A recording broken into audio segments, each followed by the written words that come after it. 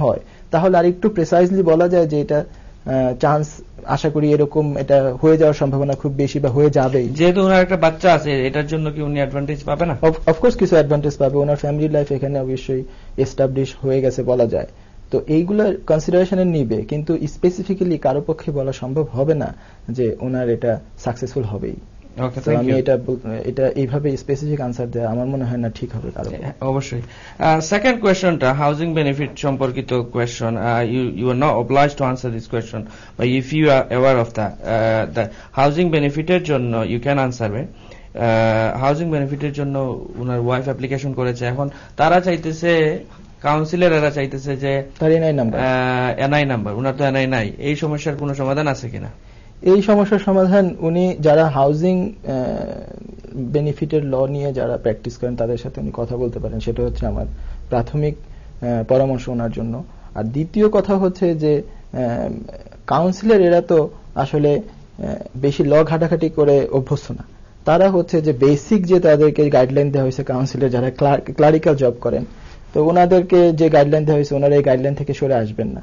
তো উনি এনআই নেওয়ার জন্য চেষ্টা করতে পারেন, যেহেতু ওনার অ্যাপ্লিকেশন হোম অফিসে পেন্ডিং আছে, উনি এইচএম রেভিনিউ এর সাথে এনআই ডিপার্টমেন্টের সাথে উনি কন্ট্যাক্ট করে দেখতে পারেন, এটুকুই আমি বলতে পারি। কিন্তু এটা এই ব্যাপারেও স্পেসিফিক আনসার দেওয়াটা তো সম্ভব না। হ্যাঁ, থ্যাংক ইউ সেলিম ভাই। আশা করি দর্শক আপনি যিনি প্রশ্ন করেছিলেন আপনি আপনার প্রশ্নের উত্তর পেয়েছেন।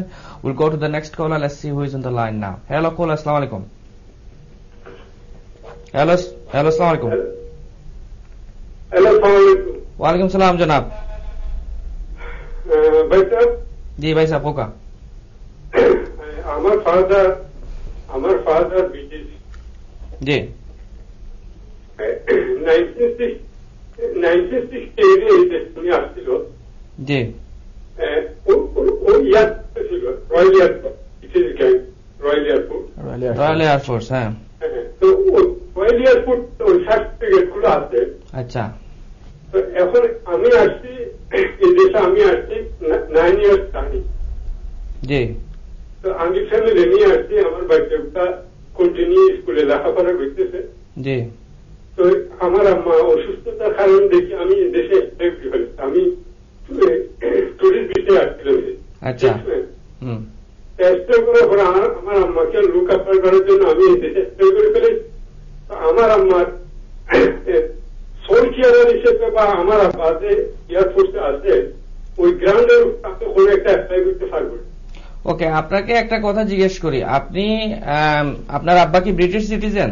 হ্যাঁ, আমার আব্বা ব্রিটিশ। 1968 উনি ব্রিটিশ সিটিজেনশিপ পাইছে। এবং আপনার জন্ম কবে? আমার ব্রিটিশ 1 বছর আগে আমার জন্ম, 1967-এ। জি জি জি। ওকে, আপনি এখন আসছেন ভিজিটর হিসাবে, এবং আপনার হ্যাঁ, এবং আপনার মা অসুস্থ এই দেশে নাকি? জি জি জি। এবং আপনার মা তো ব্রিটিশ সিটিজেন নাকি? জি, আমার আম্মা ব্রিটিশ। জি জি। ওকে, এবং আপনার বাচ্চার কথা বললেন, এরা কি বাংলাদেশে? বাচ্চাগুলো আমরা একসাথে আসছি এদেশে, সবাই একসাথে আসছেন। উনি কতদিন যাবত আসছেন? হ্যাঁ, এবং ভিজিটর হিসাবে 6 মান্থসের ভিসা নিয়ে আসছেন, এটা কি এখনো এক্সপায়ার হয় নাই না হয়ে গেছে? না, এটা তো হয়ে গেছে, আমি আসছি তো 9 বছর হয়েছে। ও আচ্ছা, আপনি আসছেন 9 বছর হয়েছে, এবং আপনার বাচ্চারাও কি 9 বছর থেকে এখানে আছে? হ্যাঁ, আমার সাথে আছে, কন্টিনিউ আছে। ওকে, আপনাদের বাচ্চা কারো কি এই দেশে জন্ম হয়েছে নাকি? না, একটু হয়েছে না, সবাই বাংলাদেশে জন্ম? জি জি। এবং সবার বয়স 18-র নিচে? এখন 17, 16, 18 ওভার। 17, 16 এবং কারো 18-এর ওভার। ওকে, এখন আপনি আপনার জন্য অ্যাপ্লিকেশনের কথা বলতেছেন না আপনার বাচ্চার পুরো ফ্যামিলির জন্য? সবাই, আমার বিষয় সবাই জন্য। ওকে, থ্যাংক ইউ। আপনার প্রশ্ন গুলো বুঝতে পেরেছি। আমরা চেষ্টা করব আপনার প্রশ্নের উত্তর দিতে, আপনি টেলিভিশন শুনতে থাকুন। ওকে, থ্যাংক ইউ। আমি মনে করি উনি কোয়ালিফাই করেছিলেন রাইট অফ অ্যাবোর্ড যে ভিসাটা আছে। না, রাইট অফ অ্যাবোর্ড উনি পান নাই, কারণ জন্ম হয়েছে 67-এ, এই কারণে উনি ভিজিটর হিসাবে আসছেন। উনি 67-এ ওনার জন্ম হয়েছে, ঠিক আছে। উনি ওই বেসিসে অ্যাকচুয়ালি আর অ্যাপ্লাই এখন তো আর করতে পারছেন না। ওনার ফাদার যে ব্রিটিশ সিটিজেন ছিলেন সেটার বেসিসে উনি আর অ্যাপ্লাই করতে পারছেন না। তো উনি অবভিয়াসলি এটা স্ট্রেট ফরওয়ার্ড ওই হিউম্যান রাইটস আর্টিকেল 8 যেটা, হ্যাঁ, ওনার ফ্যামিলি লাইফ যদি এখানে এস্টাবলিশ হয়ে থাকে, যেহেতু উনি দীর্ঘ 9 বছর যাবত আছেন, বাচ্চারা নিশ্চয়ই স্কুল বা কলেজে যাচ্ছে হয়তোবা, তো এই সমস্ত কিছু বেসিসে দীর্ঘদিন যাবত বাংলাদেশের সাথে ওনার কোনো সম্পর্ক নাই, আসা যাওয়া নাই, এই সমস্ত বেসিসে উনি অ্যাপ্লাই করতে পারেন। কিন্তু ওই ফাদারের ওইটার বেসিসে অ্যাপ্লাই করে উনি বা উনার বাচ্চারা যারা আছেন তারা কেউ এই বেসিসে কোনো বেনিফিটেড হতে পারবেন বলে ইমিগ্রেশন লতে নাই। ওকে, আর উনার মায়ের বেসিসে, উনার মায়ের ওই যে মায়ের উনি কেয়ারার হিসাবে, হ্যাঁ, সেটাও ওই যে চলে আসে যে ওই আর্টিকেল 8 এর অ্যাপ্লিকেশনের সাথে উনি ওইটা জুড়ে দিতে পারেন। জি, ওকে, থ্যাংক ইউ। তবে ওনাকে অবশ্যই উপযুক্ত কোন লয়ারের কাছ থেকে, হ্যাঁ, ওনার জন্য আমি এটাই চিন্তা করতেছিলাম এবং আমি এটাই অ্যাডভাইস করতে যাচ্ছিলাম যে আপনি প্রশ্ন করেছিলেন, আপনি খুব মনোযোগ দিয়ে শুনতে হবে যে আপনার এই কেসটা একটু কমপ্লেক্স এবং আপনার কেসের মধ্যে শুধু আপনি না, আপনার ফ্যামিলি মেম্বাররা জড়িত আছে। তো আপনার ব্যাপারে আপনার সবচেয়ে ভালো হয়, টেলিভিশনে এরকম অবশ্যই প্রশ্ন করেছেন, আমরা যতটুকু সম্ভব আনসার দেওয়ার চেষ্টা করেছি, কিন্তু আপনি তারপরেও একজন কোয়ালিফাইড লয়ারের কাছে গিয়ে আপনি ব্যাপারটা ভালো করে বুঝে তারপরে অ্যাপ্লিকেশন করার জন্য আপনি প্রস্তুতি নিতে পারেন। Will go to the next caller, let's see who is on the line now. Hello caller, আসসালামু আলাইকুম। আসসালামু আলাইকুম। ওয়ালাইকুম সালাম। ভাই সাহেব জি কইলো কা? আমি 2008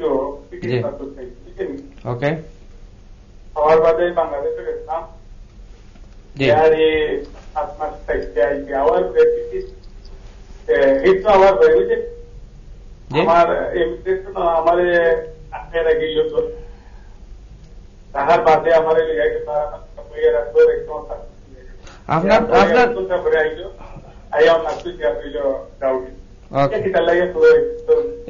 এটা কবে করছে? ওকে, 10-15 দিন আগে। আপনার প্রশ্নটা হইল কি ওটা 2008 আপনি ব্রিটিশ সিটিজেনশিপ পাইছেন এবং আইতে সময় আপনার একটু ডিস্টার্ব করছে হিথ্রো এয়ারপোর্টে, কিতা লাগে করলো না কিতা?